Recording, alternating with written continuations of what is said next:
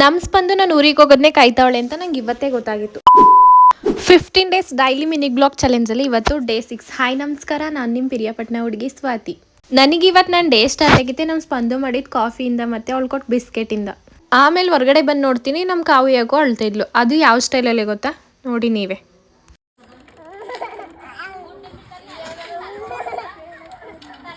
ಆಮೇಲೆ ಒಳಗಡೆ ಬಂದು ನೋಡಿದ್ರೆ ನಮ್ಮಮ್ಮ ಬೆಳಗ್ಗೆನೆ ವಡೆ ಮತ್ತು ಪಾಯಸ ಮಾಡ್ತಿದ್ರು. ಜೊತೆಗೆ ನಮ್ಮ ಸ್ಪಂದು ಕೂಡ ಕಂಪ್ನಿ ಕೊಡ್ತಾಯಿದ್ಲು. ಮತ್ತು ಮಧ್ಯಾಹ್ನದ ಊಟ ಕೂಡ ಚಿಕನ್ ಎಲ್ಲ ಮಾಡಿಬಿಟ್ಟವ್ರೆ. ಏನಕ್ಕೆ ಇಷ್ಟೊಂದು ವೆರೈಟೀಸ್ ಮಾಡೋರೆ ಅಂತ ಗೊತ್ತಾಗಲಿಲ್ಲ. ಅವಾಗ ರಿಯಲೈಸ್ ಆಯಿತು ಗೈಸ್, ನನ್ನ ಮನೆಯಿಂದ ಕಳ್ಸೋಕ್ಕೆ ಇಷ್ಟೊಂದು ವೆರೈಟೀಸ್ ಮಾಡೋರೆ ಅಂತ. Congratulation brother. ಅಬ್ಬಬ್ಬಬ್ಬ ಲ್ಯಾಟ್ರಿ. ಫೈನಲ್ ಆಗಿ ಮನೆಯಿಂದ ಹೋಗೋ ಟೈಮ್ ಬಂದೇ ಬಿಡ್ತು. ನೋಡಿ ಎಲ್ಲರೂ ರಿಯಾಕ್ಷನ್ ಹೆಂಗೈತೆ ಅಂತ. ಆಟ ಹೋಗಿದ್ದು ಬರುವೆಯ ನನ್ನ ಅಕ್ಕ, ದಯವಿಟ್ಟು ಹೋಗಬಹುದು, ಹೋಗಿ.